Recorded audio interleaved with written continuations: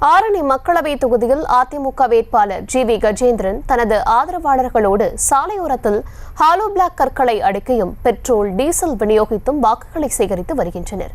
கூடுதல் விவரங்களுடன் இணைகிறார் செய்தியாளர் லிங்கப்பன். விவரம்.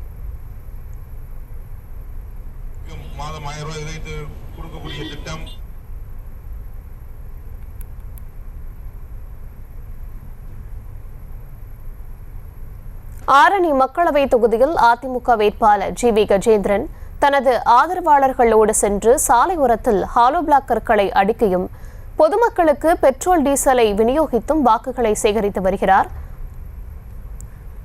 லிங்கப்பன், இணைப்பில் இருக்கீங்க, விவரங்களை வழங்கலாம்.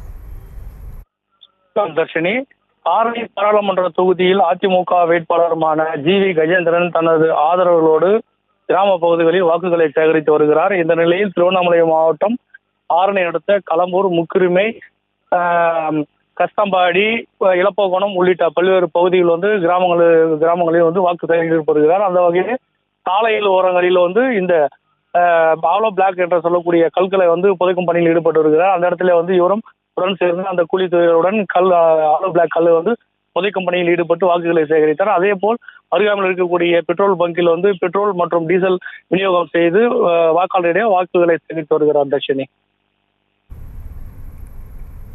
விவரங்களுக்கு நன்றி லிங்கப்பன்.